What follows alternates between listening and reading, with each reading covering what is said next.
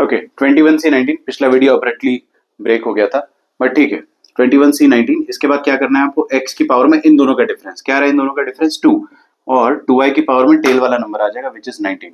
तो हमारे पास फाइनली जो आंसर आ रहा है that is T20 that is 20th term. ये पीछे से तीसरा टर्म है और आगे से 20वां।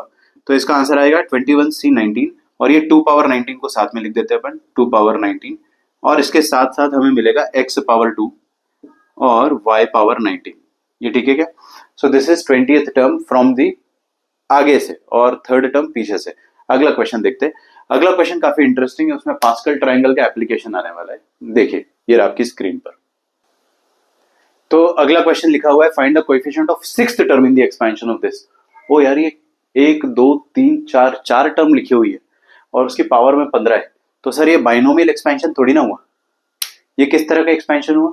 ये तो मल्टीनोमियल एक्सपेंशन हुआ। ये तो अपने को आता नहीं है। इसका छठा टर्म कैसे निकालेंगे? देखिए ना आपको क्या करना है, हमेशा डायरेक्ट क्वेश्चन नहीं मिलेगा, आपको कुछ तो दिमाग लगाना ही पड़ेगा। और here are some magical numbers. देखो 1331। अगर आपको जिंदगी में कभी भी 1331 मैजिकल नंबर दिखाई दे तो एक टिप लिख दो, आपकी दिमाग की बत्ती जल जानी चाहिए। द टिप इज कि अगर आपको 1331 दिखाई दे तो think of perfect cube. Think of perfect cube. ठीक है? कैसे कैसे भाई कैसे? देखो ना a cube a plus b का होल क्यूब क्या होता है? ए प्लस बी का होल क्यूब होता है a cube plus 3a² b plus 3ab²। ध्यान दो प्लीज, प्लस बी क्यूब। क्या आपको यहाँ पे कोएफिशिएंट दिख रहे? 1 3 3 एंड 1। Coefficients are 1331। मतलब 1331 में परफेक्ट क्यूब बनने की संभावनाएं ज्यादा रहती है एंड मैक्सिमम टाइम बन जाता है। देखो यहां से क्या हो जाएगा, ज्यादा स्टाइल नहीं मारनी चाहिए। तो यहाँ पे बन क्या जाएगा? यहाँ पे बन जाएगा ए क्यूब मतलब 1 क्यूब। तो पहला लिखा है 1 क्यूब, फिर उसके बाद लिखा है 3 इंटू एक्स। तो इसको मैं ऐसा देखू 3 into a² into B. Check करो, अरे भाई सही लिखा है ना, 3x ही तो है। फिर उसके बाद क्या आ जाएगा 3 इंटू a इंटू b²। मतलब सर आपने 1 की पावर 1 कम कर दी और इधर x की पावर 0 थी। देखो ना, मैं बार बार नहीं लिखूंगा इस चीज को, आपको खुद से समझना है। यहां पर x की पावर 0 आप ऐसे इमेजिन कर सकते हो। तो हमने यहाँ पे x की पावर 1 बढ़ाई है, फिर x की पावर 1 और बढ़ा दी और 1 की पावर 1 और कम कर दी। ठीक है? अच्छा, और उसके बाद हमने क्या करा, लास्ट में 1 की पावर को हमने 0 कर दिया और x की पावर को मैक्सिमाइज कर दिया और कोएफिशिएंट 1 हो जाता है। ठीक है ना? This is nothing but a plus b का होल क्यूब। अगर ये a प्लस बी का होल क्यूब है और इसकी होल पावर में 15 लिखा है तो इसमें a क्या है 1 और b क्या है x। ये a प्लस बी का होल क्यूब है और उसकी होल पावर में 15 लिखा है। तो this ultimately becomes what? 1 plus x की पावर में 3 की पावर में 15। ये पढ़ा है ना आपने, राम की पावर में श्याम की पावर में घनश्याम। ये क्या हो जाता है? श्याम और घनश्याम पावर मल्टीप्लाई हो जाएंगे तो 3 इंटू 15 45 हो जाएगा। अब आपको इसका क्या निकालना? Sixth term. ये तो बाइनोमियल हो गया, दिस इज बाइनोमियल। इसका सिक्स्थ टर्म निकाल सकते हैं? कैसे निकालेंगे देखते हैं। इसका सिक्स्थ टर्म निकालने के लिए पहले तो मैं tr+1 का फॉर्मूला लिखूंगा, बार बार लिखूंगा भाई, कोई दिक्कत नहीं है। ncr इंटू एक्स की पावर में n minus r into y की पावर में r, टेल वाला नंबर। What is x here? 1 एंड what is y here? x। ठीक है ना? ऐसा कुछ है। और सर अगर आपको सिक्स्थ टर्म चाहिए तो r की जगह क्या डालना चाहिए? 5। तो पुट r की जगह 5। तो 5 + 1 5 + 1 हो जाएगा t6 और t6 का वैल्यू आ जाएगा n कितना बेटा यहाँ पे 45। तो ये आ जाएगा 45 C45। ध्यान रखना बहुत सारे लोग गलती करते हैं इसमें, सिक्स्थ टर्म निकालना है तो r की वैल्यू 6 डाल देंगे गधों जैसे। ऐसा नहीं करना है। सिक्स्थ टर्म निकालना है तो r की जगह 5 डालना है। ओके, और यहाँ पे आ जाएगा आपके पास 1 की पावर में 45 माइनस 5 कितना आ जाएगा बेटा? 40। फर्क पड़ता है? 1 की पावर में कुछ भी डालो, 1 तो बेवकूफ है। इधर देखिए 1 सॉरी x की पावर में कितना आ जाएगा? नीचे वाला नंबर 5। तो आपके पास सिक्स्थ टर्म क्या आ रहा है? 45C5 into x power 5। This is sixth term. इन्होंने क्या बोला? सिक्स्थ टर्म का कोएफिशिएंट। तो कोएफिशिएंट क्या है सिक्स्थ टर्म का? 45C5। लकीली ये वाली चीज कोएफिशिएंट भी है और बाइनोमियल कोएफिशिएंट भी है। हाँ दोनों है ना यार। ठीक है, इसमें अगर कोई और नंबर भी होता साथ में, लेट से 7 8 9 कुछ भी मल्टीप्लाई होता, आई डोंट नो, तो वो पूरा कोएफिशिएंट कहलाता और बाइनोमियल कोएफिशिएंट केवल एनसीआर वाला कहलाता है। ठीक है, अगला क्वेश्चन है to find the power of x, random power of x in this expansion. ठीक है, वैसे नोट डाउन कर लीजिए, नेक्स्ट क्वेश्चन आपकी स्क्रीन पे आने वाला है। ओके, तो इसमें क्या बोल रहा है हमसे कि find the coefficient of x power 7 in the expansion of this. क्या ये एक बाइनोमियल एक्सपेंशन? बेटा ध्यान दो इधर, क्या ये एक बाइनोमियल एक्सपेंशन है? सर ये दो टर्म तो समझ में आ रही है मेरे को, है ना, लेकिन बाहर में एक्स स्क्वायर है, तो आपको इसमें ऐसा सोचना पड़ेगा कि एक्स की पावर 7 का कोएफिशिएंट चाहिए ना, तो बाहर एक्स स्क्वायर बैठा हुआ है, इंतजार कर रहा है, और अंदर 1 प्लस एक्स की पावर 11 ये खुलेगा। ये खोलकर कितने टर्म बनाएगा? 12 term. They will form 12 terms. उन 12 टर्म्स में आपको कौन सी एक्स की पावर चाहिए होगी वो सोचना है।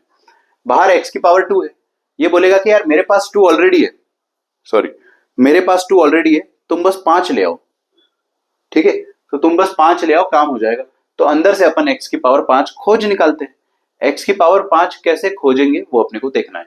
ठीक है, तो एक्स की पावर 5 कैसे आप ढूंढोगे वो हम लोग सोचते हैं। यहाँ पे सबसे पहले तो यहाँ पे 12 टर्म्स आएगी। We need to find the coefficient of x power 5, बस हमें ये चाहिए। आप एक्स की पावर 6 भी मत ढूंढना, क्योंकि अगर आप एक्स की पावर 6 ढूंढ कर निकालते हो तो वो इसके साथ मल्टीप्लाई होकर पावर 8 दे देगा, आपको पावर 7 चाहिए। अगर आपने पावर 7 ढूंढ लिया अंदर से तो ये 7 प्लस 2 9 हो जाएगा। हम गधे थोड़ी कि 9 दे देंगे उसको, हमें 5 चाहिए ताकि ये इसके साथ मिलकर 7 पावर दे दे। तो सर एक्स की पावर 5 कैसे बनाएंगे ये सोचते हैं अपन। एक्स की पावर 5 बनाने के लिए बेटा आप क्या करो ना, इस बाइनोमियल एक्सपेंशन का जनरल टर्म लिख दो। इसका जनरल टर्म क्या आएगा? सबसे पहली बात TR+1। TR+1 देखते हैं अभी, है ना, थोड़ा सा बिगिनर लेवल पे, इसलिए मैं बहुत जल्दी नहीं कर रहा हूं। यही चीज मैं अभी कुछ देर बाद बहुत फास्ट करूंगा। 11 लिखा है यहाँ पे, तो क्या हो जाएगा? NCR, यही होता है ना, यहाँ पे R+1 है तो यहाँ पे R, NCR इंटू 1 तो बेवकूफ है, उसकी पावर में आप कुछ भी डालो, क्या फर्क पड़ता है। और यहाँ पे क्या आ जाएगा? एक्स की पावर में क्या चाहिए आपको? टेल वाला नंबर। टेल वाला नंबर यहाँ पे 5, सॉरी R होता है। हम लोग ये चाहते हैं कि इस R का वैल्यू, नहीं, एक्स की पावर में हमको क्या चाहिए? 5। यहाँ पे और कोई टर्म है क्या एक्स का? नहीं, तो सारी जिम्मेदारी इसकी है। अगर आपको एक्स की पावर में 5 चाहिए तो आर की जगह पे आपको क्या रखना चाहिए ये आपको सोचना है समझदारी से, खुद से। तो आर की जगह you will have to put 5। ठीक है ना, अगर आपने आर की जगह 5 पुट कर दिया तो आपका काम हो जाएगा। तो दुनिया में जहां जहां आर है वहां वहां 5 पुट कर दो, तो आपको एक्स की पावर 5 वाला टर्म मिल जाएगा। मुझे नहीं पता वो टर्म नंबर कौन सा है, वैसे तो पता है मुझे, but I don't care about it. R की जगह 5 डाल देंगे तो T5+1, ये कौन सा टर्म है? 6th term. यहाँ पे मिलेगा 11C5। बेटे आर की जगह 5 डालना है, 1 की पावर में 11 माइनस 5 1 ही हो जाएगा, मैं नहीं लिख रहा हूं इसको। एक्स की पावर में 5 आ जाएगा इधर, ये लो भाई, एक्स की पावर 5 का कोएफिशिएंट क्या है? 11C5। यहाँ पे आपको बेटा इमेजिन करना पड़ेगा, बहुत सारे टर्म आएंगे। अगला टर्म एक्स की पावर 6 का भी आएगा, और उसका अगला टर्म एक्स की पावर 7 का भी आएगा, और ये इसके पीछे वाले टर्म्स भी आए होंगे। कौन कौन से आए होंगे सर? एक्स पावर 4 वाला टर्म आया होगा, एक्स पावर 3 वाला टर्म आया होगा, एक्स पावर 2 वाला टर्म आया होगा। समझ रहे हो, बहुत सारे टर्म्स इसके पीछे होंगे। हमें वो सारे टर्म्स नहीं लिखने, हमें इन सारी भीड़ में से, इन 12 टर्म्स की भीड़ में से ये एक्स की पावर 5 को चुनकर निकालना है। और इस एक्स की पावर 5 को जब एक्स की पावर 2 से मल्टीप्लाई किया गया होगा तो आपको एक्स की पावर 7 मिल जाएगी। समझ रहे हो, अदरवाइज ये एक्स की पावर 4 है अंदर, ये भी तो एक्स स्क्वायर से मल्टीप्लाई होगा, बट आपको ये मनवांचित एक्स की पावर नहीं दे पाएगा। तो आपको क्या मिलने वाला है? एक्स की पावर 7 का coefficient 11C5 into x power 5 into x square. तो coefficient of x power 7 directly लिखते, फिर अगला क्वेश्चन जेई मेंस का है। ठीक है, तो मैं यहां लिख रहा हूं कोएफिशिएंट ऑफ एक्स पावर 7, ये कितना हो जाएगा? 11C5 इंटू एक्स पावर 5 और बाहर का एक्स स्क्वायर। ठीक है ना, तो ये हो जाएगा 11C5 into x power 7। I hope it is clear, आसान सी चीज है। जेई मेंस 2020 आई बिलीव उसी का क्वेश्चन है, ये रहा आपकी स्क्रीन पर। ओके, सो जेई मेन 2020 का क्वेश्चन है, if the constant term in the expansion of this is 405 then mod k is equal to what. पहली बात तो आपको समझना पड़ेगा बच्चों, इसका एक्सपेंशन में पहले तो पावर कितना है? 10, तो एक्सपेंशन में कितने टर्म्स आएंगे? 11 टर्म्स। ये कह रहा है कि इन 11 टर्म्स में से एक टर्म कांस्टेंट है। आप समझते हैं कांस्टेंट का मतलब क्या होता है? कांस्टेंट का मतलब होता है वो टर्म जिसमें कोई वेरिएबल ही ना हो, मतलब x और y और z जैसे वेरिएबल हो ही ना। यहाँ पे तो खैर सारी चीजें x में चल रही है, तो इसमें वेरिएबल x नहीं होना चाहिए। इन शॉर्ट, कांस्टेंट टर्म का मतलब होता है, ये चीज आप लिख भी सकते हैं, कांस्टेंट टर्म का मतलब होता है ऐसी टर्म जिसमें x की पावर 0 आ रही हो और उसका कोएफिशिएंट। ठीक है, तो हम इसको ऐसे लिख सकते हैं, कोएफिशिएंट ऑफ x पावर 0। क्या कह सकते हैं? Coefficient of x power 0। तो कांस्टेंट टर्म का मतलब होता है x की पावर 0 का कोएफिशिएंट। x की पावर 0 का कोएफिशिएंट कैसे निकालेंगे? पिछले वाले सवाल में अपन ने x की पावर 5 का कोएफिशिएंट निकाला था ना, फिर उसको x स्क्वायर से मल्टीप्लाई करा था तो x पावर 7 बन गया था। तो यहाँ पे आपको x की पावर 0 का कोएफिशिएंट निकालना है। कैसे निकालोगे? देखिए, आप क्या करो, उसका एक्सपेंशन में जनरल टर्म लिख दो। ठीक है, right the general term in the expansion of, जो भी लिखा है मेरे सामने। तो जनरल टर्म होता क्या है? tr+1। tr+1 का फॉर्मूला क्या होता है? NCR, x की पावर में n और r का डिफरेंस और y की पावर में टेल वाला नंबर। ध्यान नहीं है आपका अभी, ठीक है? तो आपको क्या करना है, यहाँ पे n की जगह पे 10 डालना है। तो डाल दो ना, क्या दिक्कत है? अरे रुको रुको सर, n तो 10 होता है, लेकिन आपको जनरल टर्म तो आपने लिख दिया, बट इन जनरल टर्म में, इन जनरल टर्म, ऐसा एक काम करते हैं, इसको लिख लेते पहले। ठीक है, r की जगह क्या डालना है? वी डोंट नो, हमें अभी नहीं पता r की जगह क्या डालना है। ठीक है, मुझे x की पावर 0 करनी है। नहीं सुन रहे आप लोग? x की पावर 0 करनी है, मतलब x की पावर पहले ढूंढ कर निकाल लो, फिर उसको 0 करेंगे। तो मैं यहाँ पे क्या करने वाला हूं, देखेगा है ना, ऊपर लिखा है 10, तो ये लिखा है 10CR इंटू x कितना है यहाँ पे? Root x। नहीं देख रहे आप लोग? देखो देखो, ये रूट x लिखा हुआ है यहाँ पे, है ना। So this is root x। Root x की पावर में क्या आ जाएगा? 10 माइनस r, और यहाँ पे क्या लिखा है? k बाय एक्स स्क्वायर का नेगेटिव। नेगेटिव आप लोग पक्का भूल जाओगे बेटे, ये x प्लस वाई की पावर n का एक्सपेंशन सीखते आ रहे हो अपन पहले लेक्चर से। यहाँ पे x प्लस माइनस के बाय एक्स स्क्वायर लिखा हुआ है, तो इसको अपन लिखेंगे माइनस के बाय एक्स स्क्वायर। ठीक है, की पावर में टेल वाला नंबर। टेल वाला नंबर कितना हो जाएगा? r। ये बात आपको समझ में आ रही है?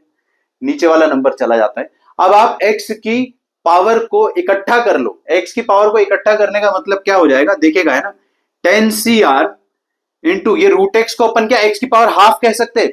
Is it x power half? तो ये ऐसा हो जाएगा ना, x की पावर हाफ, और उसकी पावर में क्या लिखा है? 10 माइनस r। अच्छा, और यहां पे क्या लिखा है? माइनस k की पावर में r। ठीक है, वो तो कांस्टेंट हो जाएगा। खैर, मेरा उसमें इंटरेस्ट थोड़ा कम है। ठीक है, और इधर एक्स स्क्वायर जो है ना, देखो नीचे एक्स स्क्वायर है, वो ऊपर जाके क्या बन जाएगा? एक्स पावर माइनस 2, और x power minus 2 into R कितना हो जाएगा? X power minus 2r। X power minus 2r। ठीक है, और यहां लिखा है माइनस के की पावर में r। चलिए, ये तो हमको समझ में आ रहा है। अब इसमें आप x की पावर को इकट्ठा कर लो, और जो कांस्टेंट्स है उनको भी एक तरफ लिख लो। तो ये कांस्टेंट क्या क्या आ रहे हैं बेटा, बताइए मुझे? 10CR और माइनस के पावर r। 10CR माइनस के पावर r, और इधर कितना आ रहा है? देखो, ये half into 10 minus r। 10 minus r into half कितना हो जाएगा? 10 माइनस r बाई 2। ठीक है, तो x की पावर में 10 माइनस r बाई 2, और इधर x की पावर कितनी है? Minus 2r। तो क्या आप मुझे बता सकते हैं x की टोटल पावर कितनी हो गई?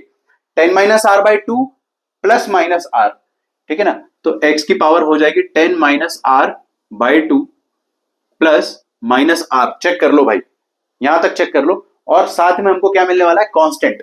तो ये आ जाएगा आपके पास कांस्टेंट है 10CR इंटू माइनस के power r। This is the constant. हमें x की जो नेट पावर आ रही है, कहां गया यार मार्कर? x की जो नेट पावर आ रही है, ये इस पावर को 0 बनाना है। समझे आप मेरी बात को? क्यों? क्योंकि आपको पता करना है कि वो कौन सा खूबसूरत r है। What is that beautiful value of r for which this power will become 0? तो इसको 0 बनाने का मतलब क्या हो जाएगा? आप डायरेक्टली इस पावर को 0 से इक्वेट कर दो। तो यहां पे लिख देते हैं अपन, for x power 0 this 10 minus r by 2 minus r must be equal to 0। पक्का? ये r को उधर ले जा लू मैं? ठीक है, तो ये ऐसा हो जाएगा 10 minus r upon 2 is equal to 2r। अरे, इज इक्वल टू r, ये 2 भी उचक के जाएगा तो 2r हो जाएगा, इसको आप हटा दो। फिर ये r उधर जाएगा तो 3r। ओ माय गॉड, ये क्या हो रहा है? यहाँ पे कुछ गड़बड़ हो रही है। ठीक है, एक बार इसको अपन चेक कर लेते, इसमें क्या गड़बड़ हो रही है, क्योंकि इंटीजर नहीं आ रहा है। गड़बड़ पता चल गई, थोड़ा सा मुझे वेट करना पड़ गया। देखो, यहाँ माइनस 2r मैंने कॉपी करने में गलती कर दिया, माइनस 2r। लेकिन आप लोग होशियार हो ना, आप ऐसा मत करना प्लीज। यहाँ माइनस 2r आ जाएगा, और इधर माइनस 2r हो जाएगा, और ये 2r उधर जाके 2r हो जाएगा, और नीचे वाला 2 इधर मल्टीप्लाई होगा तो वो 4 हो जाएगा। ठीक है, तो ये कितना हो जाएगा? Minus r, 5r। तो 10 is equal to 5r। Okay, तो r इज इक्वल टू 2 आ गया। इसका मतलब समझे आप बच्चों?